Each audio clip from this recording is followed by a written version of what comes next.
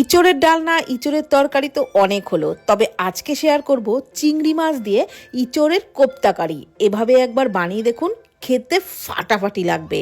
ইঁচড় আর আলু হলুদ লবণ জলে সিদ্ধ করে নিয়েছিলাম, ঠান্ডা করে খুব ভালো করে মেখে নিলাম। তারপর ওর মধ্যে দিয়ে দিলাম পরিমাণ মতো লবণ, হলুদ গুঁড়ো, লঙ্কার গুঁড়ো, দিয়ে দিচ্ছি একটুখানি গরম মশলার গুঁড়ো, অল্প চিনি, আদা রসুন বাটা, কাঁচা লঙ্কা কুচি, আর দিয়ে দিচ্ছি বড় এক হাতা বেসন। তারপর সমস্ত কিছু খুব ভালো করে মেখে নিলাম।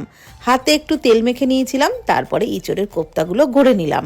কড়াইয়ে তেলের মধ্যে কোপ্তাগুলো ছেড়ে বেশ লালচে করে কোপ্তাগুলোকে ভেজে তুলে নিলাম। কড়াইয়ে সর্ষের তেলের মধ্যে দিয়ে দিলাম চিংড়ি মাছ, লবণ হলুদ মাখিয়ে রেখেছিলাম। চিংড়ি মাছও লালচে করে ভেজে তুলে নিয়ে ওই তেলের মধ্যে গোটা জিরে, গোটা গরম মশলা, তেজপাতা, শুকনো লঙ্কা ফোড়নে দিয়ে দিলাম পেঁয়াজ কুচি। পেঁয়াজটাকে বেশ লালচে করে ভেজে নিয়ে আদা রসুন কাঁচা লঙ্কার পেস্ট, টমেটো কুচি, পরিমাণ মতো লবণ, আর দিয়ে দিলাম একটু করে জিরে গুঁড়ো, ধনে গুঁড়ো, হলুদ গুঁড়ো, কাশ্মীরি লঙ্কার গুঁড়ো। এবারে সমস্ত মশলা খুব ভালো করে কষিয়ে নিলাম। তারপর দিয়ে দিলাম ফেটিয়ে রাখা টক দই। দইটা দিয়েও ভালোভাবে কষিয়ে নিয়ে পরিমাণ মতো গরম জল দিয়ে দিলাম। জলটা ফুটে উঠলে ভেজে রাখা কোপ্তা আর ভেজে রাখা চিংড়ি মাছ দিয়ে ফুটিয়ে নিলাম। নামানোর আগে একটু চিনি দিয়ে দিলাম একটু গরম মশলার গুঁড়ো আর ঘি। নাড়াচাড়া করে নামিয়ে যা কিছুর সাথে খাবেন দারুণ লাগবে।